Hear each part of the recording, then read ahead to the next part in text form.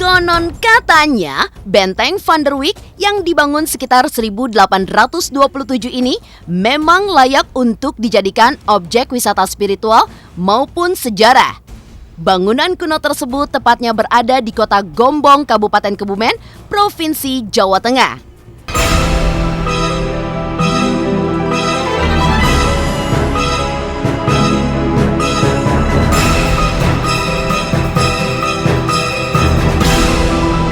Benteng ini juga memiliki nama lain yaitu Benteng Menara. Konon katanya, Belanda membangun benteng berbentuk bundar dan tinggi itu pada tahun 1850 sebagai bagian dari sistem pertahanan laut kota Batavia. Menurut informasi, Benteng Martello dibangun oleh para pekerja Indonesia yang merupakan tahanan Belanda. Dalam kisah pilunya itu, pekerja Indonesia tersebut dulunya ditahan dan dipaksa untuk bekerja membangun Benteng Martello oleh Belanda. Pembangunan benteng memang bukan tanpa alasan, di mana kolonial Belanda pada rentang waktu 1840-1880 tengah mengembangkan sistem pertahanan Nieuwe Hollandse Waterlinie, di mana salah satu pengembangan sistem ini yaitu Benteng Martello yang berfungsi sebagai benteng pertahanan dan sekaligus menara pengintai. Batu bata merah yang terlihat mencolok di benteng menjadi daya tarik tersendiri bagi wisatawan yang membentuk melingkar. Diperkirakan tinggi benteng ini sendiri sekitar 15 meter. Dengan ketinggian ini dan melihat bekas struktur yang bundar, dapat diperkirakan benteng tersebut bisa membalas menembaki musuh dengan meriam yang bisa bermanuver 360 derajat. Pada masa kolonial, konon katanya di tengah benteng ini terdapat meriam besar yang digunakan Belanda sebagai pertahanan kawasan maritim Hindia Belanda, khususnya Batavia. Benteng yang melingkar disertai pintu-pintu besar di sekitarnya turut mendukung kerja meriam yang dapat bermanuver 360 derajat. Kisah menarik lainnya dari pulau tempat keberadaan Benteng Martello adalah kisah penguburan para tahanan Belanda yang dieksekusi.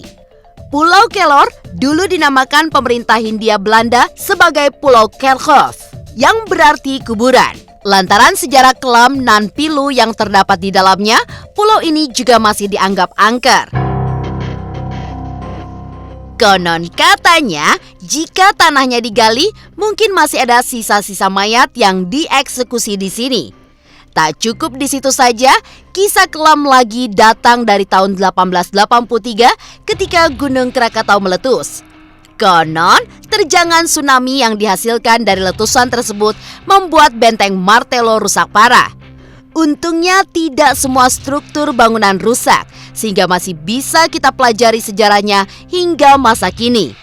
Letusan Krakatau nan dahsyat tersebut konon ikut andil dalam meruntuhkan beberapa bagian bangunan dalam benteng tersebut. Sebagian besar benteng kemudian runtuh dan terendam air karena abrasi yang mengikis laut. Pengikisan karena gelombang air laut juga membuat bagian luar benteng akhirnya turut terendam banjir. Konon katanya, benteng ini termasuk yang termuda lantaran benteng-benteng lainnya kebanyakan dibangun pada abad 17. Kondisinya saat ini memang tidak ada atap, tetapi ada bunker yang jalan masuknya kini tertutup pasir tebal. Pintu keluar bunker itu sendiri konon dipercaya ada di tengah laut, namun belum ada riset yang memastikannya. Di bagian tengah lingkaran dalam terdapat 2 reruntuhan pilar batu bata, di mana pilar tersebut awalnya berfungsi sebagai penyangga tangga putar menuju lantai 2. Pulau Kelor akhirnya dinyatakan sebagai cagar budaya dilindungi oleh pemerintah Provinsi DKI Jakarta pada tahun 1972. Tetapi baru dikelola di bawah UPT Museum Kebaharian sejak awal 2000-an. Yang tersisa dari pulau pemakaman kini adalah puing benteng yang eksotis dan pasir putih yang bisa dijajal. Lantaran kecantikannya, banyak calon pasangan maupun pasangan menggelar foto pre-wedding hingga post-wedding di sana. Benteng Van der Wijk, Kebumen. Kesan pertama yang muncul ketika menelusuri ruang demi ruang dari bangunan yang dihubungkan dengan lorong-lorong berdinding merah menyala adalah kesunyian yang mendalam, kesan seram namun takjub. Mengapa sunyi? Lantaran yang terdengar hanyalah detak suara sepatu saat kaki kita melangkah menyusuri setapak demi setapak lorong dari bangunan tua yang sudah berusia ratusan tahun ini. Lantas, mengapa kesan seram muncul? Lantaran bangunan tua peninggalan Belanda itu adalah salah satu saksi bisu dari kekejaman kaum penjajah. Dan mengapa merasa takjub? Dikarenakan adanya sebuah fakta bahwa 200 tahun yang lalu, dunia kearsitekturan dari negara barat diketahui sudah sangatlah maju. Dan itulah salah satu objek wisata bernama Benteng Van der Wijk. Konon katanya, Benteng Van der Wijk yang dibangun sekitar 1827 ini memang layak untuk dijadikan objek wisata spiritual maupun sejarah. Bangunan kuno tersebut tepatnya berada di kota Gombong, Kabupaten Kebumen, Provinsi Jawa Tengah. Bangunan ini merupakan satu-satunya benteng di Indonesia yang memiliki arsitektur unik, yakni berbentuk heksagonal atau persegi 8. Konon katanya, di dunia ini hanya ada 2 benteng berbentuk heksagonal, salah satunya ditemukan di negara Australia.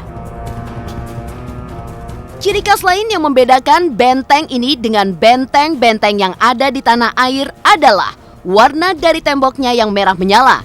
Hal itu dikarenakan keseluruhan dari tembok benteng ini dibuat dari batu bata yang berwarna merah. Benteng bersegi 8 itu memiliki tinggi sekitar 10 meter dengan ketebalan dinding mencapai sekitar 14 meter dan dibangun di atas tanah seluas sekitar 7.168 meter persegi. Benteng Van der Wijk sendiri adalah benteng pertahanan darat terbesar yang ada di tanah Jawa di bagian selatan pada waktu itu yang meliputi garis pertahanan wilayah dari eks-karesidenan Kedu bagian selatan yang meliputi wilayah Kebumen, Purworejo, sampai Wonosobo dan juga eks-karesidenan Banyumas, Cilacap, Purbalingga, dan juga Banjarnegara. Dalam strukturnya, Benteng Van der Wijk terdiri dari 2 lantai. Lantai pertama mempunyai 4 buah pintu gerbang di mana di dalamnya terdapat 16 ruangan yang besar dan 27 ruangan yang lebih kecil. Selain itu, di bagian bangunan ini juga terdapat 72 buah jendela dan 8 tangga untuk naik ke bagian lantai 2. Sedangkan lantai kedua memiliki 16 ruangan besar dan 25 ruangan yang lebih kecil. Serta ada 4 buah tangga yang menghubungkan lantai kedua dengan bagian atap benteng. Di atap benteng inilah terdapat 2 buah kereta kecil yang ditempatkan dan juga digunakan untuk berkeliling benteng tersebut.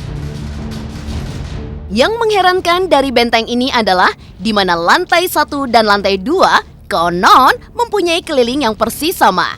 Namun, jika sedang berjalan di lantai 1 akan memakan waktu lebih lama 15 menit jika dibandingkan bila berjalan di lantai 2. Mengenai siapa yang membuat dan merancang benteng tersebut, hingga sampai saat ini belum ada literatur yang menegaskan siapa arsitek cemerlang yang memprakarsai pembangunan Benteng Van der Wijk ini.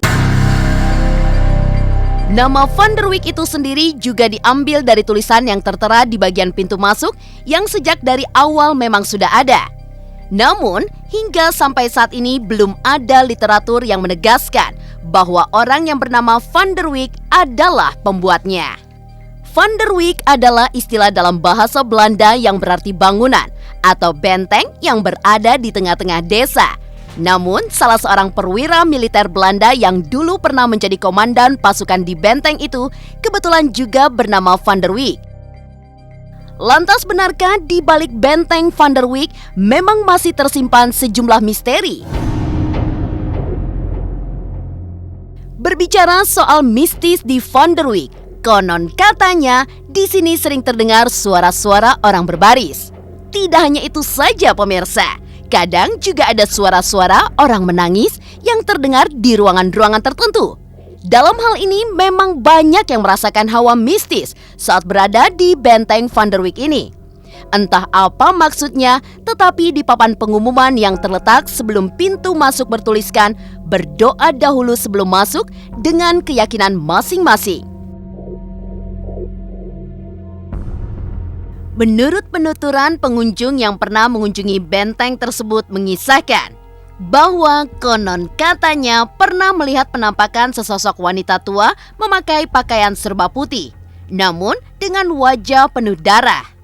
Selain itu juga ada sekumpulan anak-anak yang berwajah penuh darah juga yang muncul di dekat pohon di area benteng Van der Wijk. Ada atau tidaknya hubungan antara penampakan yang terlihat dengan himbauan di papan pengumuman, namun sebagai warga yang baik tentunya kita disarankan menaati peraturan yang ada.